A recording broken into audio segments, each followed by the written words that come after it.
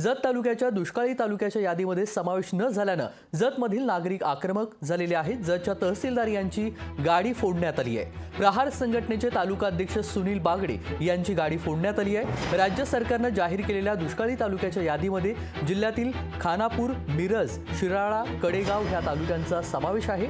मात्र जत तालुक्याचा समावेश न झाल्यानं जतमधील नागरिक हे आक्रमक झालेले आहेत। तर जत तालुक्याच्या दुष्काळी तालुक्यांच्या यादीमध्ये समावेश न झाल्यानं जतमधील नागरिक आक्रमक झालेले आहेत। राज्य सरकारनं 40 तालुक्यांचा समावेश केलेला आहे आणि त्याच अनुषंगानं जतमधील नागरिक मात्र आक्रमक झालेले आहेत।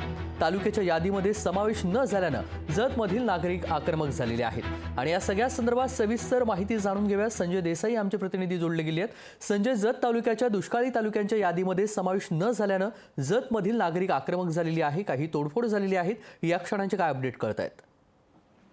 तेजस, गेल्या काही वर्षापासून वर्षानुवर्ष गेल्यापासून महाराष्ट्रामधला दुष्काळग्रस्त भाग म्हणून जत हा ओळखला जातो। ज्यावेळी दुष्काळाचा विषय निघतो त्यावेळी जत हा प्रामुख्याने या गावाचा समावेश केला जातो। गेल्या अनेक वर्षापासून जत हा दुष्काळी भागामध्ये समाविष्ट केलेला होता, पण गेल्या काही दिवसांपासून म्हणजे ज्यावेळी नागपूरच्या एका सर्व्हेमध्ये घेण्यात आला की महाराष्ट्र राज्यातील दुष्काळाची कोणकोणती गावे आहेत, त्यामध्ये मात्र जत नाव वगळण्यात आलं होतं। या संदर्भात काँग्रेसचे आमदार विक्रम सावंत तसेच भाजपचे माजी आमदार विलासराव जगताप यासह सर्व पक्षीय तालुक्यातील नेत्यांनी एक दिवसीय जिल्हाधिकारी कार्यालयासमोर लाक्षणिक उपोषण सुद्धा करण्यात आलेलं होतं। मात्र त्याचवेळी जिल्हाधिकारी आणि बाकीचे पदाधिकारी जे असेल त्यावेळी सांगण्यात आले होते की दुष्काळीमध्ये जतचा समावेश करण्यात येईल। मात्र आज जी यादी जाहीर झाली ते जिल्ह्यातील मिरज असेल, कवटेमंकाळ असेल, आटपाडी असेल ही गावं दुष्काळामध्ये जाहीर झाली, पण वर्षानुवर्ष जो का दुष्काळाची पीडा सहन करत आल्या त्या मात्र जतला दुष्काळातून पुन्हा एकदा वगळण्यात आलेला आहे। त्याचाच उद्रेक पाहायला मिळाला। आज प्रहार संघटनेचे कार्यकर्ते ज्यावेळी ही यादी जाहीर झाली त्याचवेळी आक्रोशमध्ये होते आणि त्यावेळी त्यांनी रागाच्या भरात जिल्हा तहसीलदारांनी यांची गाडी फोडलेली आहे। आता पोलीस घटनास्थळी दाखल झालेले आहेत आणि पोलीस त्या गाडीचा पंचनामा करतायत। तेजस, अगदी धन्यवाद संजय, आपण दिलेल्या सविस्तर माहितीसाठी। बातमी संदर्भातले अपडेट जाणून घेऊ।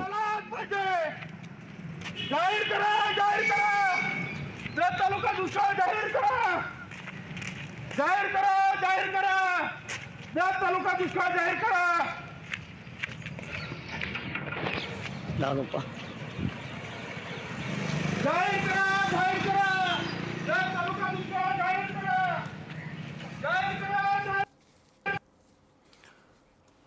तर जत तालुक्याच्या दुष्काळी तालुक्याच्या यादीमध्ये समावेश न झाल्यानं जतमधील नागरिक आता आक्रमक झालेले आहेत। राज्य मंत्रिमंडळाच्या बैठकीमध्ये काही तालुक्यांमध्ये दुष्काळ जाहीर करण्याचा निर्णय घेण्यात आलेला आहे। दुष्काळ जाहीर करण्याबाबतचा शासन आदेश सरकारने जाहीर केलाय। 39 तालुक्यांमध्ये दुष्काळ जाहीर करण्यात आलेला असून राज्यातील 15 जिल्ह्यातील 24 तालुक्यांमध्ये गंभीर तर 16 तालुक्यांमध्ये मध्यम दुष्काळ जाहीर झालेला आहे। मात्र या सगळ्या निर्णयानंतर जतमधली काही परिस्थिती वेगळी आहे। जत तालुक्याच्या दुष्काळी तालुक्याच्या यादीमध्ये समावेश न झाल्यानं जतमधील नागरिक आक्रमक झालेले आहेत। जत तालुक्याचा देखील दुष्काळ या संपूर्ण निर्णयामध्ये समावेश करावा यासाठी आता जतमधील नागरिक हे आक्रमक झालेले आहेत।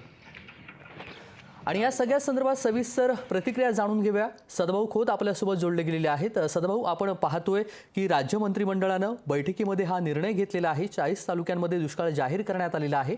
मात्र ह्या 40 तालुक्यांमध्ये जत तालुक्याचा समावेश नाहीये आणि त्यामुळे काहीशी ह्या ठिकाणी तणावाचं वातावरण पाहायला मिळतोय। मागण्या करण्यात आलेल्या आहेत। आपली सविस्तर प्रतिक्रिया। जत तालुका हा सांगली जिल्ह्याचा शेवटचा तालुका आहे आणि तो तसा एका बाजूला सोलापूर जिल्ह्याची बॉर्डर, दुसऱ्या बाजूला कर्नाटक राज्याची बॉर्डर आहे। आणि जत तालुका हा कायमस्वरूपी दुष्काळी तालुका म्हणून खऱ्या अर्थाने ओळखला जातो आणि विस्तारानं हा तालुका तसा प्रचंड मोठा तालुका आहे। जत तालुक्याला म्हैसाळ योजनेचं पाणी काही भागाला मिळालं आणि जवळजवळ 60-65 गावं अशी आहेत जत तालुक्यामधली की ती पाण्यापासून वंचित आहेत।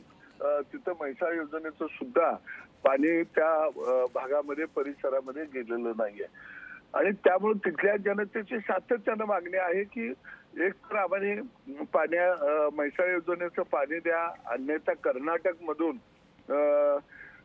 काही भागाला पाणी मिळू शकतं, तुम्ही कर्नाटक आणि महाराष्ट्र सरकारनं करार करावा आणि कर्नाटक मधून पाणी द्यावं।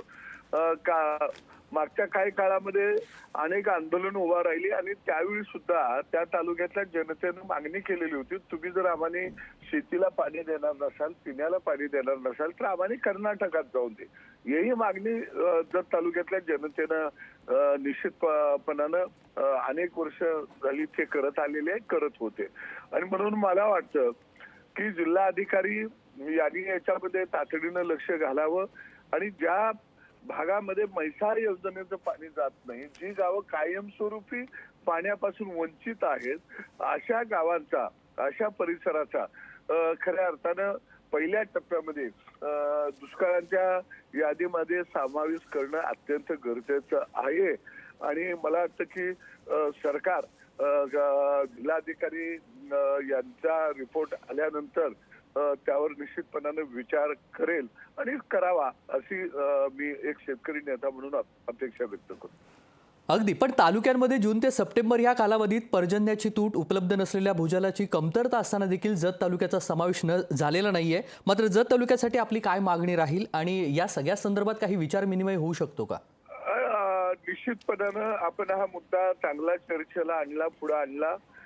मी आजच तातडीनं जत तालुक्यामध्ये जी गावं पाण्यापासून वंचित आहे, ज्या गावांना कृष्णेचं पाणी, म्हैसाळ योजनेचं पाणी जाऊ शकत नाही, ही गावं तर तातडीनं पहिल्या टप्प्यामध्ये त्या दुष्काळग्रस्त म्हणून आपल्याला जाहीर.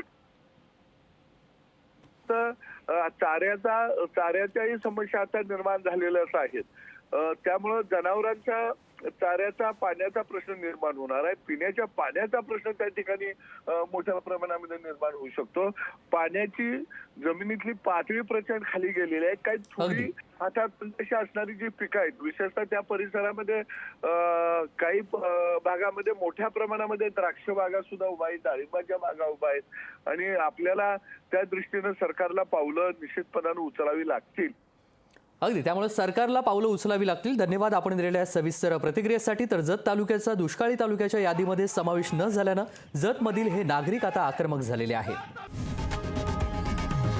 लोकशाही मराठी ऐका, पहा, जागरूक रहा.